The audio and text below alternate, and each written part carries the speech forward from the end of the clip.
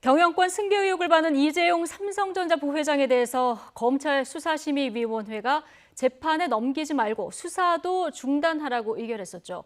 심의 결과가 담긴 정식 공문이 오늘 수사팀에 도착했는데 최종 처분을 두고 검찰의 고민이 깊어질 것으로 보입니다. 이 부회장에 대한 검찰 수사가 어떻게 마무리될지 취재기자 연결해서 자세히 들어보겠습니다. 박석영 기자. 네, 서울중앙지검입니다. 네, 수사심의 결과는 이미 지난주에 나왔고 이게 공문 형식으로 정식 통보가 된 건데 구체적으로 어떤 내용이 담겼는지 확인이 됐습니까? 네, 아직 구체적으로 어떤 내용이 전달이 됐는지는 확인되지 않았는데요. 이 공문에는 심의 안건에 대한 결과만 한 줄씩 적혀 있고 구체적인 판단 이유 등은 특별히 기재돼 있지 않은 것으로 전해졌습니다.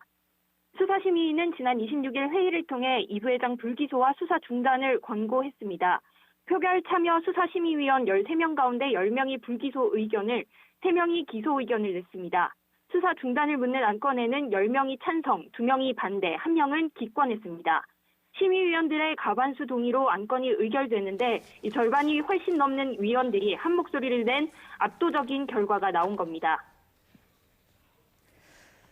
네, 이 압도적인 결과에 대한 검찰 수사팀의 반응 어떻습니까? 네, 수사팀은 심의위 결론 발표 직후 지금까지의 수사 결과와 심의위원회 의견을 종합해 최종 처분을 검토하겠다고 밝혔습니다. 아직 결과를 어떻게 받아들일지를 판단을 보류한 원론적 수준의 입장 표명이라고 볼 수 있습니다. 수사 기간만 1년 7개월, 수사 자료도 20만 페이지가 넘는 데다가 혐의 입증을 자신했던 만큼 당혹감이 클 것으로 짐작됩니다.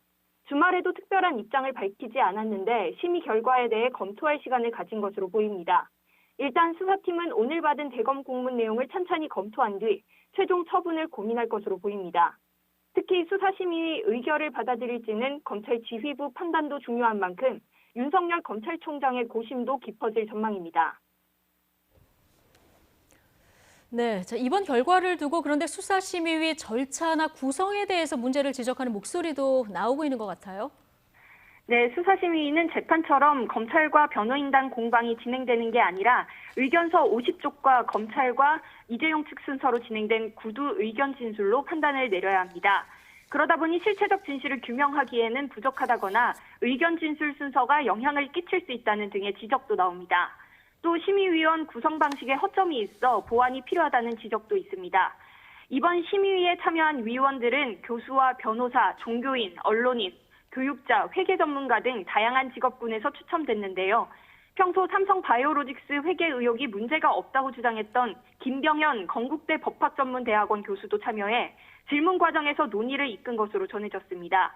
하지만 예규상 비공개로 진행돼야 하다 보니 내부에서 어떤 발언이 오갔는지 등을 알 수 없어 깜깜이식 운영이라는 목소리도 나오고 있습니다.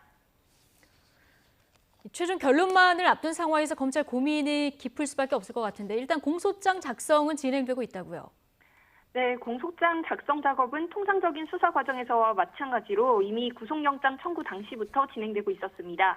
아직 이렇다 할 방침이 정해진 건 아니지만 불기소 가능성은 사실 낮아 보입니다. 심의위 권고를 따르면 기소할 필요도 없는 사안을 오랜 기간 과잉 수사했다고 인정하는 셈이기 때문입니다. 하지만 기소를 강행하면 외부 전문가를 통해 수사 정당성을 평가받는다며 스스로 도입한 제도를 무력화했다는 비판을 피하기가 힘들어 부담도 적지 않을 것으로 보입니다. 이르면 다음 달 1일 윤석열 검찰총장과 이성윤 서울중앙지검장이 대면하게 되는 주례보고에서 이 부회장 기소 여부가 최종 결정될 가능성이 있습니다. 검찰이 이 부회장을 재판에 넘긴다면 수사심의 결정을 받아들이지 않은 첫 사례가 됩니다. 지금까지 서울중앙지검에서 YTN 박석영입니다.